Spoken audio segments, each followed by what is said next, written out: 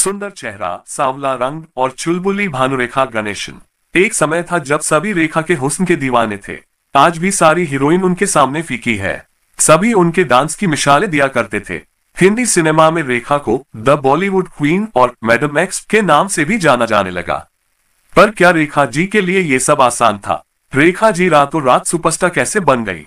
क्या रेखा जी का बचपन से शौक था एक्टर बनने का? क्या इतना आसान था उनके लिए एक्टर बनना? क्यों बच्चन जी ने नहीं की रेखा से शादी? क्यों विनोद मेहरा के साथ शादी के बाद भी नहीं रही उनके साथ? पति के मौत के बाद भी रेखा सिंदूर क्यों लगाती है? रेखा जी की लाइफ क्या इतनी आसान थी जितनी हमें फिल्मी दुनिया में देखने को मिलता है? जानेंगे ये सारी बातें, तो जुड़े रहिए वीडियो के अंत तक। रेखा बॉलीवुड सिनेमा का एक ऐसा नाम है जिन्हें अपने फैंस से हमेशा प्यार मिला, जो अपने लुक से, अपनी खूबसूरती से, अपनी डांस से, अपनी आवाज से और अपने बात करने के लहजे से सभी का दिल जीत लिया। पर क्या फिल्म स्क्रीन में रेखा को जितना प्यार मिला, क्या रियल लाइफ में उन्हें उतना प्यार मिला? या फिर फिल्मी स्क्रीन में जितना रोमांस किया, क्या उतना रोमांस रियल लाइफ में मिला? ये जानने के लिए चलते हैं थोड़ा पीछे फ्लैशबैक में। रेखा का जन्म चेन्नई में 10 अक्टूबर 1954 को हुआ। रेखा के जन्म के समय उनके पिता जैमिनी गणेशन और माता पुष्पवल्ली शादीशुदा नहीं थे, जिस वजह से रेखा जी को नाजायज बच्चा इलेजिटिमेट चाइल्ड के ताने भी सुनने पड़े।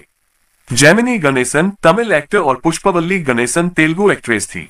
रेखा ने पहली बार बचपन में एक छोटा सा रोल किया था, तब वो करीब 1 साल की थी, जो 1958 में रिलीज हुई थी। तब वो स्कूल में थी, पर उन्हें कोई दिलचस्पी नहीं थी एक्ट्रेस बनने की। मैं नहीं चाहती थी कि मैं कभी एक्ट्रेस बनूं। आप किसी भी एक्टर को पूछेंगे, आमतौर पे वो लोग यही कहते हैं कि मेरा बचपन से ही शौक था फिल्म एक्टर बनने का। पर इन माय केस ऐसा नहीं है। मैं कभी नहीं चाहती थी कि मैं एक्ट्रेस बनूं। मुझे तो मार मार के बनाएगा। रेखा ने कभी एक्टिंग के बारे में सोचा तक नहीं था। रेखा का सपना था एयर होस्टेस बनने का, लेकिन रेखा को फाइनेंशियल प्रॉब्लम की वजह से अपना स्कूल 9th स्टैंडर्ड में ही छोड़ना पड़ा और घर की आर्थिक स्थिति ठीक ना होने की वजह से एक्टिंग को अपना लाइफस्टाइल बनाना उनकी मजबूरी बन गई। जी हाँ, मैं चाइल्ड आर्टिस्ट थी। 3 साल की उम्र से मैं काम कर रही हूँ। फिर बम्बई का। इसके बाद उन्होंने एक्टिंग की दुनिया में कदम रखा। रेखा ने एक इंटरव्यू में बताया कि उन्हें एक्टिंग में दिलचस्पी 1978 में रिलीज हुई घर मूवी से बढ़ी। आपको पसंद आई? 6-7 साल तक तो मुझे अपनी कोई भी फिल्म पसंद नहीं आई थी, लेकिन 75 के बाद घर मेरी एक फिल्म बनी थी, जिस फिल्म में मुझे पहली बार मुझे लगा कि मुझे एक्टिंग में इंटरेस्ट लेना चाहिए। 1966 में रेखा ने 13 साल की उम्र में दूसरी फिल्म रंगुला रत्नम में चाइल्ड एक्टर का किरदार अपनी मां और बहन के साथ निभाया। मां के कहने पर और फाइनेंशियल प्रॉब्लम को इम्प्रूव करने के लिए ही उन्हें एक्टिंग का काम जारी रखना पड़ा। रेखा के लाख मना करने के बाद भी हीरोइन की तलाश में आए कुलजीत पाल ने 1968 में रेखा के साथ 4 फिल्म करने का कॉन्ट्रैक्ट साइन कर लिया। अनजाना सफर से रेखा के करियर की शुरुआत हुई। फिल्म में किए गए किसिंग सीन की वजह से उन्हें बहुत हर्ट हुआ, क्योंकि ये सीन रेखा को बिना बताए की गई थी। 1969 में शुरू हुई अनजाना सफर फिल्म सेंसरशिप और विवादों की समस्याओं में फंस गई, जो 1979 में दो शिकारी के नाम से रिलीज हुई। इस फिल्म के बाद रेखा 15 साल की उम्र में बॉम्बे शिफ्ट हो गई। बॉम्बे उन्हें जंगल की तरह लगने लगा। एक सूट से दूसरे सूट ट्रैक करना, दिन रात एक्टिंग करना उन्हें बिल्कुल भी पसंद नहीं था। काफ़ी साल तक मुझे तो, क्योंकि मेरे इन माय केस मैं बहुत छोटी थी जब मैं आई थी, तो मेरे साथ तो ऐसे ही हुआ कि ओवरनाइट मैं स्टार बन गई थी। तो it was quite easy for me. लेकिन आपके बाद में काफ़ी सालों के बाद, 10 सालों के बाद मुझे लगा कि इट्स नॉट जस्ट स्टार बनना ही सिर्फ वो नहीं है, आर्टिस्ट भी बनना चाहिए। लेकिन आप रेखा का फिल्मी दुनिया का सफर बहुत ही उतार चढ़ाव वाला रहा। छोटी उम्र से ही एक्टिंग के लिए पुश करना उनके लिए गलत था, पर एक्टिंग के अलावा कोई ऑप्शन ना होने की वजह से उन्हें ये सब फेस करना पड़ा। ऐसा उन्होंने खुद कहा। सारे टॉर्चर्स को सफर करते हुए रेखा ने बहुत काम किया और खुद को सुपरस्टार बनाया। 1970 में रिलीज हुई मोहन सेगल की फिल्म सावन भादो रेखा की पहली हिंदी मूवी थी। कान में झुमका, चाल में ठुमका, कमर पे चोटी लटके। इस फिल्म के हीरो नवीन निश्चल की भी ये पहली मूवी थी। सावन भादो बॉलीवुड की सुपरहिट मूवी रही। इस फिल्म के बाद दोनों के अफेयर के किस्से सबकी जुबां पर थे। हालांकि कुछ समय बाद ही नवीन निश्चल का दूसरा अफेयर शुरू हो गया और रेखा उनसे अलग हो गई। इसी के साथ भानुरेखा गणेशन की कहानी खत्म और बॉलीवुड की स्टाइल दीवा वर्तमान में राज्यसभा सांसद और पद्मश्री रेखा की कहानी शुरू हो चुकी। दोनों ने साथ में काफी सारी मूवी में काम किया। मीडिया रिपोर्ट्स के मुताबिक नवीन निश्चल के साथ ब्रेकअप के बाद रेखा की जिंदगी में जिस एक्टर की एंट्री हुई वह थे जितेंद्र। हालांकि जितेंद्र पहले से ही अपनी गर्लफ्रेंड शोभा कपूर के साथ रिश्ते में थे, लेकिन शोभा अपनी जॉब के सिलसिले में ज्यादातर विदेश में ही रहती थी और इस दौरान दिल फेंक जितेंद्र का अफेयर रेखा के साथ शुरू हो गया। 1972 में रिलीज हुई फिल्म एक बेचारा की शूटिंग के दौरान रेखा और जितेंद्र के बीच नजदीकियां और बड़ी और यहीं से उनके अफेयर की खबर को डेट कर रहे थे, लेकिन वह अपनी गर्लफ्रेंड शोभा को भी छोड़ने को तैयार नहीं थे। जितेंद्र के गर्लफ्रेंड की बात को लेकर दोनों के बीच अक्सर झगड़े होते थे। अस्पताल में क्या क्या होता है क्या मुझे पता नहीं। क्या होता है? अपनी पुरानी गर्लफ्रेंड के साथ मौत जड़ाई जाती है। और क्या होता है? तुमने हाथ उठाए मुझ पर, जंगली बेहुदा। रेखा द अनटोल्ड स्टोरी के मुताबिक एक फिल्म की शूटिंग के दौरान जितेंद्र ने साथी गुरु से कहा कि रेखा मेरा बेस्ट टाइम पास है। रेखा ने ये सुन लिया और शूटिंग से चली गई और सारी रात होटल में रोती रही। उसके बाद दोनों का ब्रेकअप हो गया। साल 1975 में एक मैगजीन में रेखा ने अपने और किरण कुमार के प्रेम कहानी के बारे में खुलासा किया था। साल 1975 में एक फिल्मी मैगजीन में बॉलीवुड सितारों ने अपने साथियों के अनछुए पहलुओं के बारे में खुलासा किया था। इसी मैगजीन में रेखा और किरण कुमार ने दोनों की ऐसी आदतों का खुलासा किया था जिसके बारे में पढ़कर लोग हैरान रह गए थे। मैगजीन के मुताबिक रेखा उन दिनों किरण कुमार को डेट कर रही थी। रेखा ने बताया कि किरण की आज्ञाकारी पुत्र वाली पर्सनैलिटी से वह चिढ़ जाती थी। वह हर हाल में रात 10 बजे तक अपने घर पहुंच जाना चाहते थे, वो भी एक ग्लास दूध पीने के लिए। वहीं जब यही सवाल किरण कुमार से पूछा गया तो उन्होंने बताया जब रेखा फोन कॉल पर उनकी एक्स गर्लफ्रेंड की आवाज निकालकर बात करती थी तो किरण को गुस्सा आ जाता था, लेकिन जब किरण उनके साथ स्वीट हो जाता थे तो रेखा प्यार में पागल हो जाती थी। 26 नवंबर 1976 में आई दो अनजाने मूवी के सेट पर रेखा फर्स्ट टाइम अमिताभ बच्चन से मिली थी। काम करने के अंदाज को देखकर रेखा अमिताभ बच्चन को अपना दिल दे बैठी, तब उनकी फर्स्ट लव स्टोरी की शुरुआत हुई।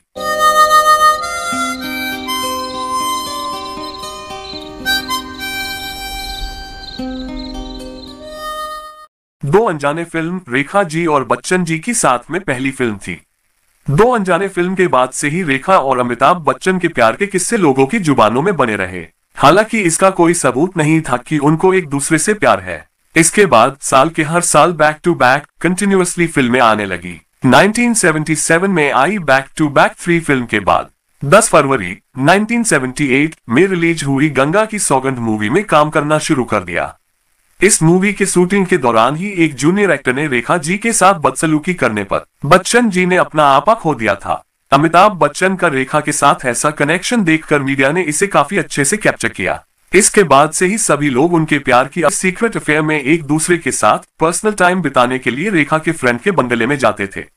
न्यूज में लगातार बने रहे खबरों के बाद और सेट में हुए मामले के बाद भी दोनों कंटिन्यूअस अपने इस रिश्ते को डे नाइट बरकरार रखा। रेखा के साथ चल रहे सीक्रेट अफेयर के समय ही अमिताभ बच्चन जया के साथ शादीशुदा थे। मीडिया में रेखा और अमिताभ बच्चन के बीच प्रेम की चिंगारी धधक ही रही थी, तभी रेखा और अमिताभ बच्चन के शादी को लेकर खबर सामने आने लगी, जिससे अमिताभ बच्चन और जया बच्चन के रिश्ते में काफी दिक्कत आने लगी। मीडिया अमिताभ बच्चन और रेखा की खबरें जब चुपचाप छाप ही रही थी, तभी नीतू कपूर और ऋषि कपूर के शादी में सिंदूर लगाकर और मंगलसूत्र पहनकर पहुंची रेखा ने लोगों के सवालों को और बढ़ा दिया। रेखा अपनी करीबी दोस्त नीतू कपूर की शादी में बिल्कुल एक मैरिड लड़की की तरह पहुंची और मीडिया का सारा ध्यान अपनी तरफ खींच लिया। सब लोग उनके इस लुक को हैरान होकर देख ही रहे थे। तभी रेखा अमिताभ बच्चन के पास जाकर एकदम बेफिक्र होकर बात करने लगी। तब जया बच्चन भी अमिताभ बच्चन के साथ खड़ी थी और काफी वक्त के बाद रेखा वहां से नहीं गई, तो जया बच्चन को आंखों में आंसू लेकर शर्मिंदा होकर वह से जाना पड़ा। हालांकि कई अफवाहों के बाद रेखा ने एक इंटरव्यू में बताया कि उस शाम वह सीधे शूटिंग के सेट से शादी में पहुंची थी। सिंदूर और मंगलसूत्र उनके किरदार का हिस्सा था और वह उससे उतारना भूल गई थी। एक शादीशुदा औरत जया बच्चन को ह्यूमिलिएट करने के लिए इतना काफी था, पर जया बच्चन ने अपने आप को काफी हद तक हैंडल किया। उन्होंने इस इंसिडेंस के बाद अमिताभ बच्चन की गैर मौजूदगी में रेखा को खाने में बुलाया। तब रेखा को लगा था कि शायद वह उन्हें खूब खरी खोटी सुनाएंगी, लेकिन जया जी ने खाना खिलाया, घर दिखाया और अच्छे से कॉन्वर्सेशन की और बातों ही बातों में जया जी ने कहा कि वो कभी भी अपने पति को छोड़कर नहीं जाएगी। जया की इस बात ने रेखा के लाइफ में भूचाल ला दिया। ये बातें सुनते ही रेखा को रियलाइज होने लगा कि वो कभी मिसेस बच्चन तो नहीं बन पाएगी और अमिताभ बच्चन से दूरियां बनाने लगी। लेकिन रेखा अमिताभ बच्चन से ज्यादा समय के लिए दूर नहीं रह सकी। सच्चा प्यार जो करती थी, रेखा जहां अक्सर अपने प्यार का इजहार करती रही है, वहीं अमिताभ जी हमेशा इस मामले में खामोश रहे। पर जया बच्चन मीडिया के सामने इन खबरों को काफी अच्छे से हैंडल करती थी। लेकिन एक वक्त ऐसा भी आया जब जया बच्चन चीजों को कंट्रोल नहीं कर पाए और रेखा जी को थप्पड़ मारने के लिए मजबूर होना पड़ा। ये बात उस वक्त की है जब 1980 में रिलीज हुए राम बलराम की शूटिंग चल रही थी। फिल्म के प्रोड्यूसर टिटो टोनी चाहते थे कि एक बार फिर से रेखा और अमिताभ बच्चन को दो प्रेमियों की तरह देखना चाहते थे। लेकिन जया जी ऐसा नहीं चाहती थी कि अमिताभ बच्चन रेखा के साथ कोई काम करे। जया प्रोड्यूसर को इस बात के लिए मना लेती है कि रेखा को मूवी से हटाकर जीनत अमान को कास्ट दे दिया जाए। रेखा को जब ये बात पता चली तो उन्हें काफी हर्ट हुआ। एक दिन ही फिल्म के डायरेक्टर विजय आनंद को अप्रोच करते हुए कहा कि वही ये फिल्म करना चाहती है, चाहे मुझे कुछ भी करना पड़े।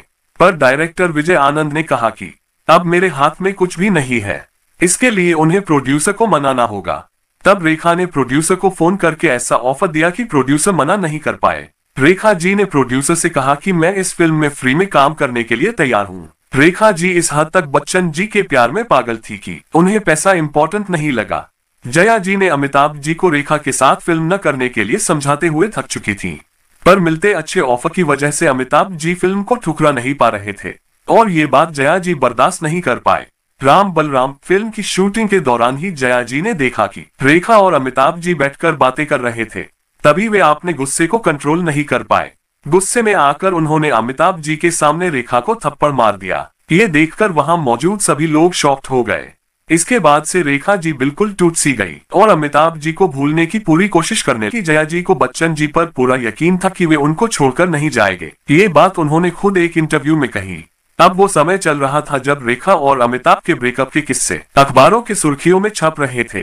तभी 14 अगस्त 1981 में अमिताभ बच्चन, जया बच्चन और रेखा की मूवी सामने आई, सिलसिला। ये मूवी बॉलीवुड बॉक्स ऑफिस में उतनी सफल तो नहीं रही, पर इस मूवी के बाद अमिताभ और रेखा ने साथ में काम करना बंद कर दिया। दरअसल पहले इस फिल्म में स्मिता पाटिल, परवीन बॉबी और अमिताभ बच्चन को लिया जाना था, लेकिन कहीं न कहीं यश चोपड़ा को इसकी कास्ट अच्छी नहीं लग रही थी। यश चोपड़ा इस मूवी को मदर इंडिया, शोले, मुगल-ए-आजम की तरह हिस्टोरिकल बनाना चाहते थे। बीबीसी के एक थ्रोबैक इंटरव्यू में यश चोपड़ा ने यह बताया कि वो सिलसिला मूवी के शूटिंग के सेट पर वे बहुत डरे हुए थे, क्योंकि वे रियल स्टोरी को रील स्टोरी में पर्दे पर दिखाने वाले थे। हालांकि जया जी ने सिलसिला फिल्म में काम करने के लिए मना कर दिया था, पर मूवी की स्टोरी सुनने के बाद खुशी खुशी काम करने के लिए रेडी हो गई। सिलसिला मूवी के बाद ही रेखा और अमिताभ जी की लव स्टोरी। तो वैसा होता, मैं और मेरी तन्हाई अक्सर ये बातें करते हैं।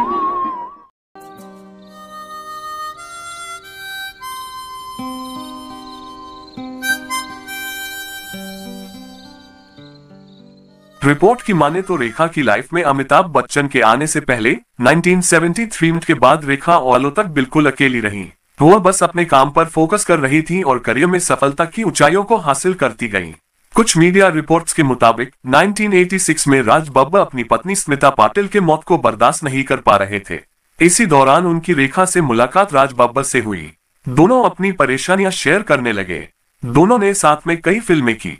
दोनों की स्क्रीन पर अच्छी केमिस्ट्री भी दिखी और देखते ही देखते दोनों रिश्ते में आ गए। कुछ समय बाद रेखा ने राज बब्बर ने से शादी करने की मांग कर डाली, लेकिन उसी दौरान राज बब्बर का झुकाव उसकी पहली पत्नी नादिया की ओर बढ़ने लगा। रेखा को यह बर्दाश्त नहीं था। शादी को लेकर दोनों के बीच काफी बहस हुई, लेकिन राज बब्बर ने रेखा से साफ साफ कह दिया कि वह शादी नहीं करेंगे। हालांकि रेखा ने यह कभी नहीं माना कि हमारे बीच कुछ था। IIB टाइम्स के साथ इंटरव्यू में राज बब्बर कहा कि हम दोनों के रिश्ते में गहरा लगाव भले नहीं था, लेकिन कुछ तो था हमारे बीच। रेखा भले इसे मानने से शर्म महसूस करती हो, लेकिन मैं मानता हूं कि रेखा ने मुझे एक नई जिंदगी दी। मेरा गीत अमर कर दे। दिल टूटता गया, रेखा आगे बढ़ती गई। यह उनके सच्चे जीवन साथी की तलाश थी या कुछ आज तक कोई नहीं समझ सका। 80 के दशक में आखिर में रेखा को संजय दत्त को फंसाने के आरोप लगने लगे। इंडस्ट्री में खबर तेजी से फैली कि रेखा ने संजय दत्त से शादी कर ली। ये सुनते ही गुस्साए नरगिस ने रेखा को मर्दों को फंसाने वाली डायन तक कह डाला, लेकिन फिर भी दूरी बना ली। कई बार प्यार में धोखा खाने वाली रेखा 90 के दशक आते आते अब घर बसाना चाहती थी। लाइफ में इतने सारे घटनाओं को देखने के बाद रेखा ने फाइनली 4 मार्च 1990 में दिल्ली के बिगेस्ट बिजनेस मुकेश अग्रवाल से मुंबई के एक मंदिर में शादी कर ली। Rekha the untold story by Yasser Usman की किताब में ये साफ साफ बताया है कि रेखा अक्सर दिल्ली अपनी दोस्त और फैशन डिजाइनर बीना रमानी से मिलने जाती रहती थी। वह बार बार बीना से कहा करती थी कि अब वो अपनी लाइफ में सेटल होना चाहती है, कोई हमसफर चाहती है। बीना रमानी ने ही मुकेश अग्रवाल और रेखा की पहली मुलाकात करवाई थी। धीरे धीरे दोनों बातें करने लगे, यहाँ तक कि कई बार फोन पर बात होने लगी। 1 महीने के रिलेशनशिप के बाद रेखा ने मुकेश अग्रवाल से शादी कर ली। अब रेखा को लगने लगा था कि माँ बाप के अलावा भी मेरी जिंदगी में कोई है, लेकिन जिंदगी को यह मंजूर नहीं था। शादी के कुछ महीने बाद ही उनकी शादीशुदा जिंदगी में दरार आने लगी। रेखा जी का कहना था, जब हम लंदन में अपना हनीमून मनाने गए थे उस वक्त ही मुझे हमारे रिश्ते के बारे में पता चल गया था। शादी के 6 महीने बाद ही रेखा मुकेश अग्रवाल और उनकी फैमिली से दूर रहने लगी। शादी के 7 महीने बाद ही 1990 में ही मुकेश अग्रवाल ने रेखा के दुपट्टे से पंखे में फांसी लगाकर अपनी जान दे दी। मुकेश अग्रवाल के सुसाइड का कारण मीडिया ने रेखा को बताया, लेकिन इस मुद्दे को लेकर रेखा ज्यादा समय तक शांत नहीं बैठी और उन्होंने अपनी कहानी बयां की। रेखा जी ने बताया कि मुकेश अग्रवाल अपनी बिजनेस में हुए लॉस की वजह से बहुत चिंता में रहते थे और मेडिसिन भी लिया करते थे। रेखा ने एक बातचीत के दौरान कहा कि मैंने कभी डिवोर्स नहीं चाहा, बल्कि मुकेश लेना चाहते थे। इसके बाद फिर से रेखा अपनी लाइफ में अकेली हो गई। तनाव भरी जिंदगी के बाद भी रेखा ने अपनी मुस्कान, अपना लुक, अपना सजना संवरना कम नहीं किया, अपनी खूबसूरती को बरकरार रखा। बेजान जिंदगी को जीने के लिए रेखा ने सभी मुश्किलों का सामना किया। बहुत बार मीडिया ने इस बात को लेकर काफी सवाल किए कि पति के मरने के बाद भी रेखा सिंदूर क्यों लगाती है, आज भी रेखा किसके नाम का सिंदूर लगाती है। ये राज ही रह गया, ये किसी को नहीं पता और ना ही रेखा इस पर स्पष्ट तरीके से कुछ बताती है। रेखा का सिंदूर को लेकर बस इतना कहना है कि सिंदूर उन पर अच्छा लगता है, उनके मेकअप के साथ सूट करता है, इसलिए वो इसे लगाना पसंद करती है। वो किसी के नाम का सिंदूर अपनी मांग में नहीं भरती। कुछ समय बीतने के बाद रेखा जी के लाइफ में एक नया मोड़ आया। ये रेखा के लाइफ का ऐसा टर्नओवर था जिसमें उन्हें मार की फिल्म खिलाड़ियों का खिलाड़ी की है। फिल्म की शूटिंग के दौरान रेखा और अक्षय के बीच काफी नजदीकियां बढ़ने लगी। रेखा अक्षय के लिए अपने घर से खाना लेकर आया करती थी और उनके साथ काफी समय गुजारती, लेकिन रेखा की ये लव स्टोरी फिल्म की शूटिंग खत्म होते होते खत्म हो गई। खिलाड़ियों का खिलाड़ी फिल्म की शूटिंग के वक्त अक्षय कुमार और रवीना टंडन एक दूसरे को डेट कर रहे थे, जिसके कारण रेखा के साथ अक्षय की बढ़ती नजदीकियां रवीना को बिल्कुल भी पसंद नहीं आ रही थी। इसके चलते रेखा और रवीना के बीच तगड़ी बहस भी हुई और रवीना ने रेखा को अक्षय से दूर रहने की सलाह दी थी।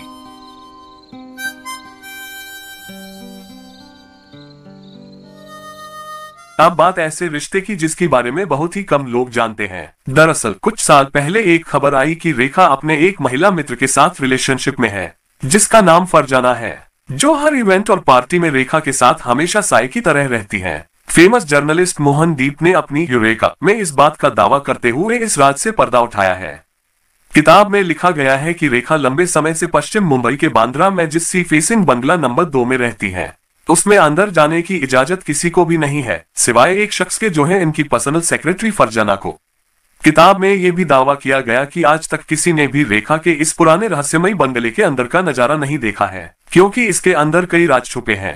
कहते हैं उनके हाउस हेल्प और सिक्योरिटी गार्ड्स को भी बाहरी हिस्सों में रहने की इजाजत है। कोई भी उनके बेडरूम में नहीं जा सकता सिवाय फरजाना के। फरजाना रेखा की जिंदगी में उस वक्त आई थी जब उनकी लव लाइफ पूरी तरह से बर्बाद हो गई थी। जर्नलिस्ट मोहन दावा करते हैं कि दोनों के रिश्ते सामान्य नहीं है, दोनों पति पत्नी की तरह साथ रहते हैं। फरजाना पहले रेखा की हेयर ड्रेसर हुआ करती थी। इस काम के लिए वो रेखा के साथ जुड़ी थी, लेकिन धीरे धीरे दोनों की रिश्ता गहरा होने लगा, जिसके बाद रेखा ने उन्हें हेयर ड्रेसर से अपनी सेक्रेटरी बना लिया। कहा जाता है कि अगर किसी को रेखा से मिलना होता है तो पहले उसे फरजाना से परमिशन लेनी पड़ती है। हालांकि कई बार पहले भी दोनों के रिश्ते पर सवाल उठ चुके हैं। रेखा की जेठानी ने तो एक बार दोनों के रिश्ते को लेकर ये तक कह दिया था कि इनका रिश्ता पति पत्नी जैसा है। वहीं अब यासिर उस्मान द्वारा लिखी गई रेखा की जीवनी से ये खुलासा हो चुका है कि एक्ट्रेस पिछले 30 सालों से अपनी सेक्रेटरी फरजाना के साथ रिलेशनशिप में है।